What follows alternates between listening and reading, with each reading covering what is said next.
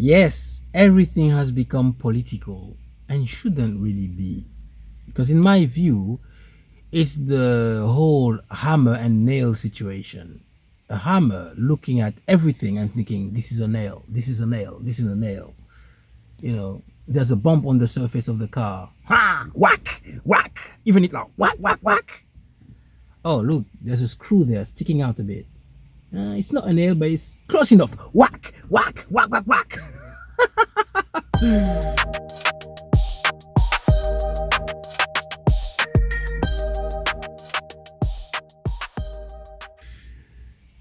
Now, don't get me wrong. I'm not saying that politics is not very important. Of course it is, and it has a huge influence on a lot of our lives.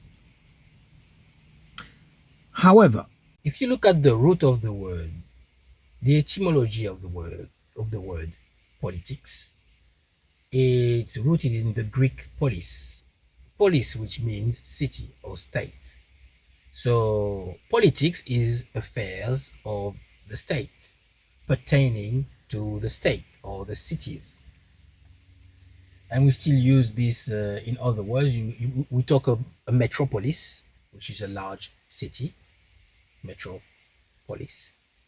And other cities actually have polis in them, like Indianapolis, police, Indiana, city of the Indians, etc. So politics, affairs of the state, isn't the same as affairs of Rudiano or affairs of you. These are private affairs. Affairs of the state and private affairs are not the same. Now, of course, there is a line, but it's not clear cut. It's kind of blurred and it's nuanced, because what is affairs of the state? It really is a collection of private affairs that the state is trying to manage and control and make sure that it's cohesive in a way. So there is a line, but it's not clear cut. But what I find is that these days we don't like nuances. I don't know if it's something to do with our age, or if it's something to do with, I don't know, but it seems to me that everything has to be black or white. People don't like nuances. People don't like things to be a little bit complex. So where the line is like this, they say no, the line is like that. You're either here or there. And they're trying to push their private affairs, their private views onto the state, and vice versa. And I find that it's basically a matter of privilege or not, whether you're able to influence the state with your private view, or if the state is able to, well, most of us, that's the camp we're in. The state is just forcing their view onto us, and we just have to obey. Fair enough. But it's like, um, it's very problematic. It's very problematic. Why is it problematic?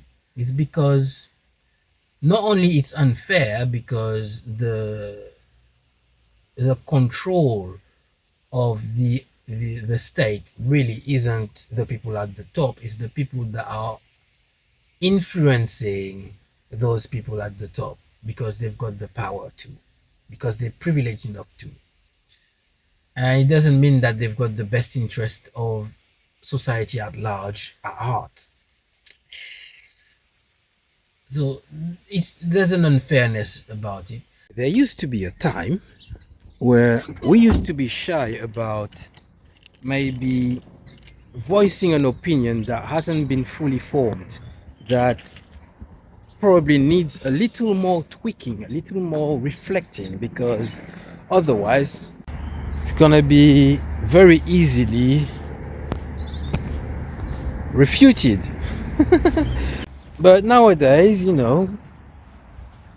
live in an age where Having an opinion is the new currency. It doesn't matter if the opinion is wrong, as long as it's incendiary and it attracts views, it attracts attention, sparks discussion, sparks debate, possibly, preferably heavy, hot debate. That's where we're at. And unfortunately, what that does is that it magnifies our differences and ignorance. I mean, unfortunately, we look and sound as if we're experts where we're not. I mean, look at me on YouTube as if I'm such an expert at things. I'm just voicing a random opinion here in the park. But anyway, what I'm thinking is that I'm thinking of this example. You see, if you've got family and friends overseas, see if you relate to this, and if you don't, make the experiment. Ask them about what is happening in your country from their perspective. Very often, the same maybe news event is portrayed completely differently depending on who's giving the news, which country is giving the news. And normally what I find is that there's a lot of hyperbole and a lot of exaggeration on the part of the other countries.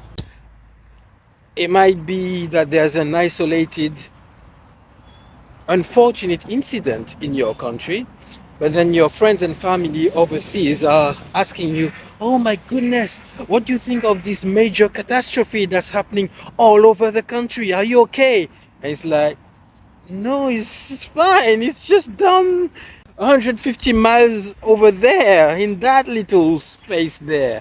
I'm fine. I'm steering clear from that. I don't even evolve in that space over there. But that's just one example. But I've heard that so many times. And this brings me to this, right? Why we shouldn't think that we're an expert just because we're very attentive to the news.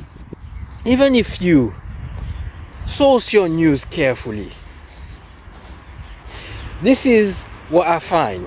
Very often, we've got this bias. I describe it like this. The first news or the first fact, the first thing that you hear tends to be, in your eyes, the truth. And anything after that, you kind of cross-reference it and you doubt it, because if it is contrary to the first thing that you've heard, then it becomes doubtful. Now, swap the order arbitrarily and make the second statement the first statement that you hear, and it's the same thing. You think that statement is the truth, and anything else coming after that, contradicting it, is in your mind, not sure about that. Not because it inherently is truth, it's just the order. It's called the anchoring bias. Anchoring bias. You anchored in that first statement. And in anchor, what do you hear? Anchor. TV anchor. Yes, of course, there's the boat anchor, but TV anchor is the same. The news, the first piece of news that you hear, the first perspective becomes your anchor, and you just filter everything else out, or you just compare anything else to this first perspective.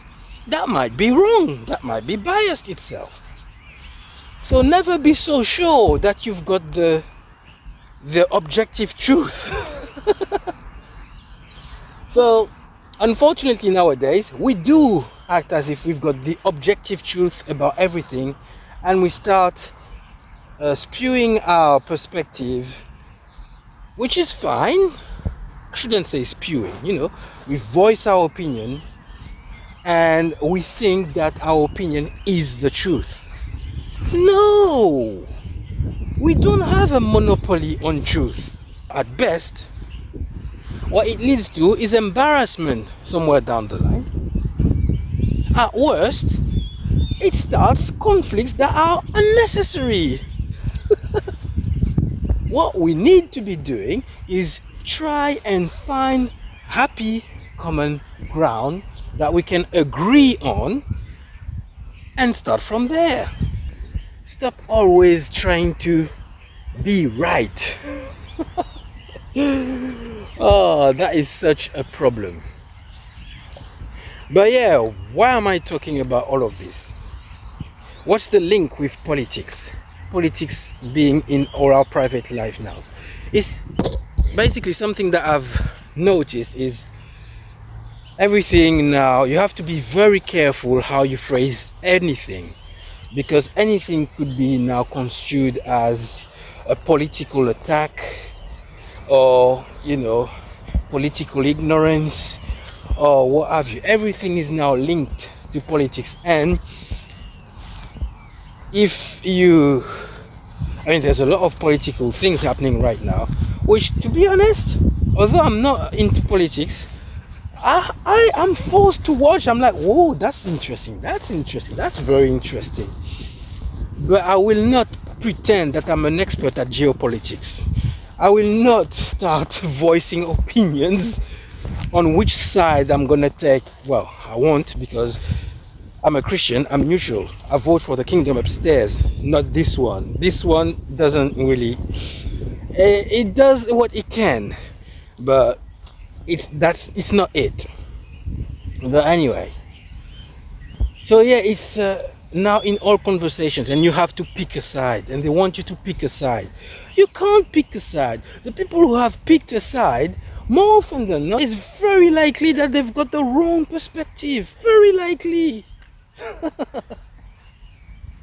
They don't have all the facts. Why pretend like we've got all the facts? Anyway, I'm gonna stop here, but I think there's so much more to say. Now, I think next time what I'm going to do, I'm going to backtrack a bit, because yes, okay, politics have invaded our private lives, and I don't like that, and I think it's wrong. However, there's a few things that I want to touch on the history of, politics, and how it's meddled or influenced a few different areas in our lives, and it was a good thing. And I'll also talk about when it was a bad thing. So yeah, looks like I'm starting another series. Don't know what I'm gonna call it. Anyway, thank you for watching. Reflect, redefine, rise. Ciao.